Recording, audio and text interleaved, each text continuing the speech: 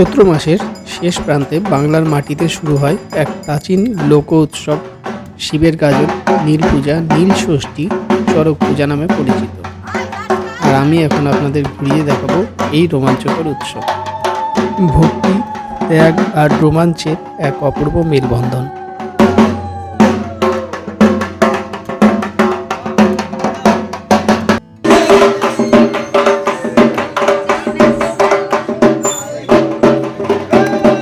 চড়ক পূজার আসল রং শুধু রাতের মূল অনুষ্ঠানে নয়, সকাল থেকেই শুরু হয়ে যায় উৎসবের সুর।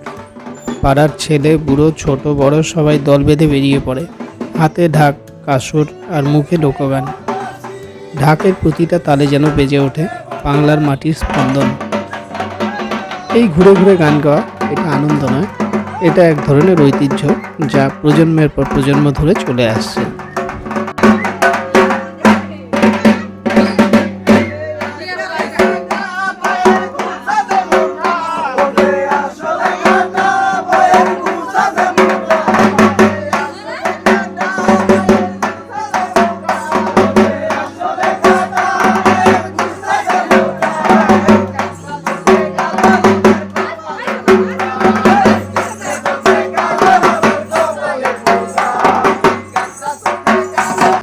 এক পাড়া থেকে আরেক পাড়া পুরো এলাকা যেন উৎসবে মেতে উঠেছে। এই জিনিসগুলো লাইভ না দেখলে সত্যি বোঝা যায় না। সকাল থেকে সন্ধ্যা ঢাকের তালে তালে পাড়া জুড়ে ঘুরে বেড়ানো, এভাবেই বেঁচে আছে চড়ক পূজার প্রাণ।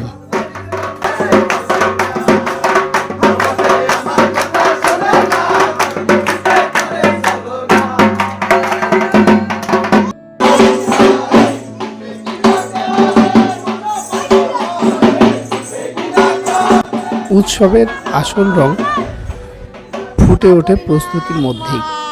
পাড়ার ছোট ছোট বাচ্চারা মেতে উঠেছে উৎসবের আনন্দে। তারা নিজেদের মতো করে প্রস্তুতি নিচ্ছে।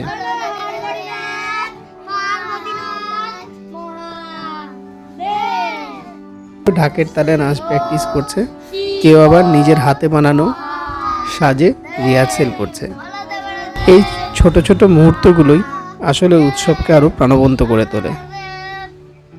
দেখতেই পাচ্ছেন ছোট একটা বাচ্চা এবার পুজোতে সন্ন্যাসী হয়েছে।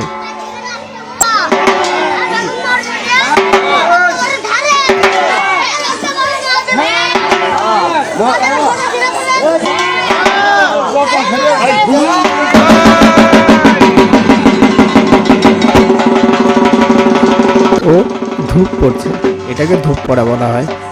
আপনাদের ওখানে কি বলে প্লিজ কমেন্ট করে জানাবেন।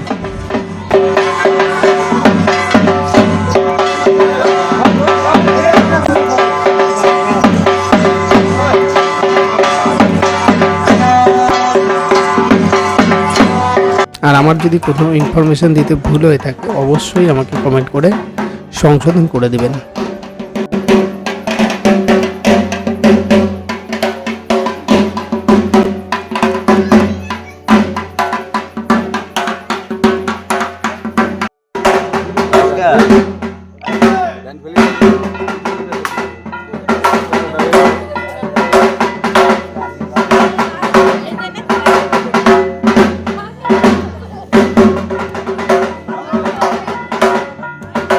কি সুন্দর ঢাকের তালে তালে নাচ করছে।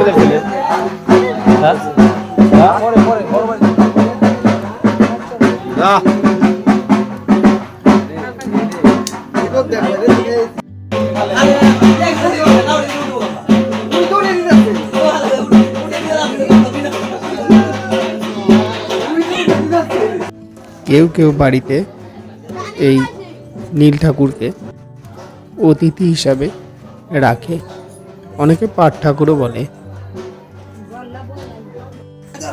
তো সেই ক্ষেত্রে পরের দিন সকালবেলা প্রস্তুতি নিতে হয় ঠাকুরকে আবার যে জায়গায় অতিথি হিসাবে রাখা হয় সেখানে নিয়ে যাওয়ার জন্য। এটাকে লোকাল ভাষায় বলে দেলে যাওয়া।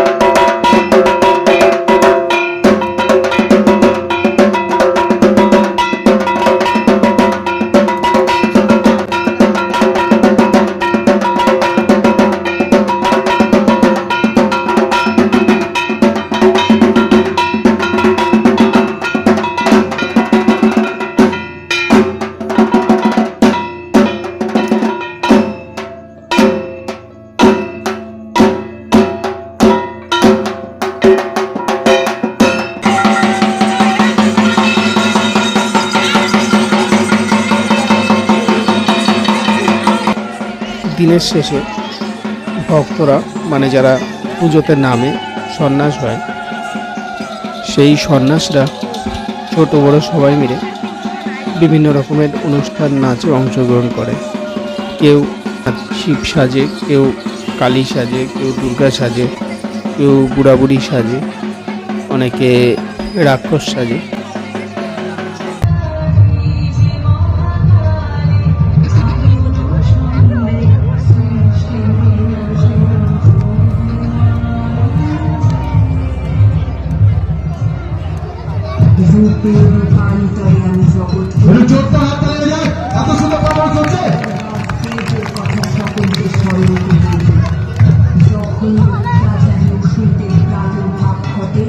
আমি ধারণ করি আমার সর্বোচ্চ গুরু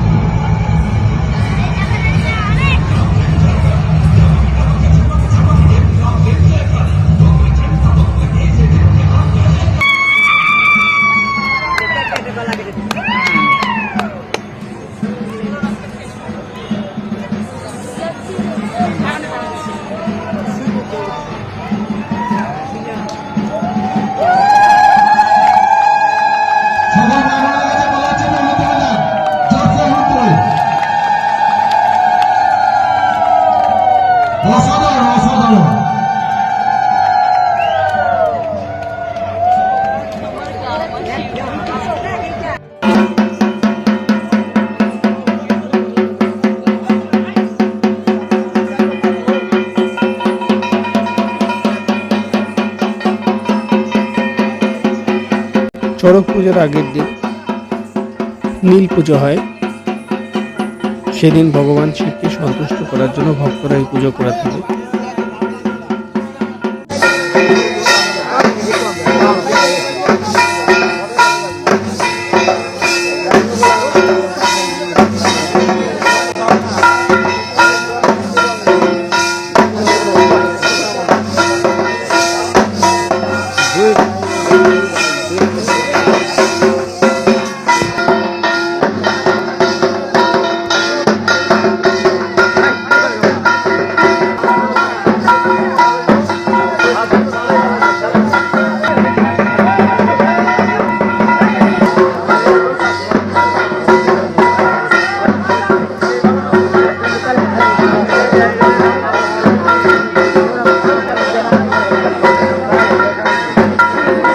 এটা গালের মধ্যে দিয়ে একটি শিক ঢুকিয়ে দিচ্ছে।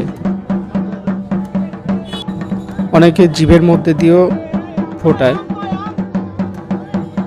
আরও অনেক রকমের খেলা আছে। অনেকে খেজুর গাছ থেকে লাফ দেয়, অনেকে দায়ের উপরে দাঁড়ায়, অনেকে দায়ের উপরে লাফ দেয়। ওটাকে বটি ঝাঁপ বলে। এখন আমরা চলে এসেছি মাঠে। চারদিকে ভিড় জমতে শুরু করেছে, চলছে শেষ মুহূর্তের প্রস্তুতি। আপনারা দেখতে পাচ্ছেন চড়ক গাছটাকে সাজানো হয়েছে, আর গাছ ঘিরে কিছুক্ষণের মধ্যেই শুরু হবে আসল খেলা। চড়ক গাছ ঘিরে ভক্তদের সাহসিকতার বিশ্বাসের এক অনন্য প্রদর্শন। ঢাকের তালে তালে চারদিকে উন্মাদনা। এই দৃশ্য সত্যি অবিশ্বাস্য।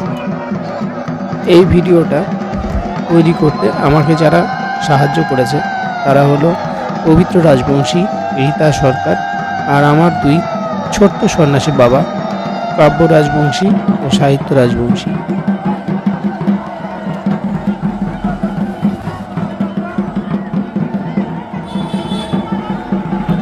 চারদিকে শুধু মানুষের ঢল, সবাই এই ঐতিহ্যবাহী উৎসবকে নিজের চোখে দেখার জন্য ভিড় করেছেন।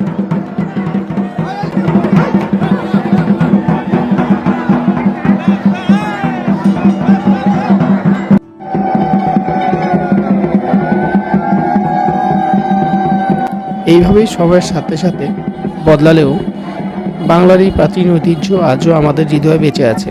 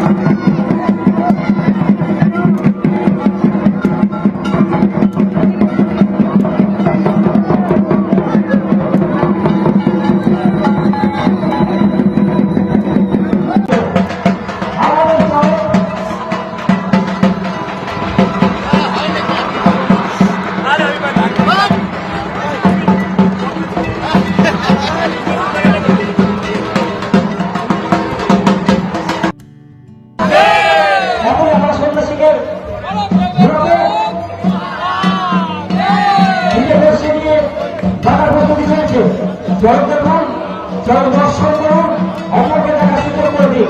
জুতো পরে কেউ ঘরের কাছে প্রবেশ করবেন না।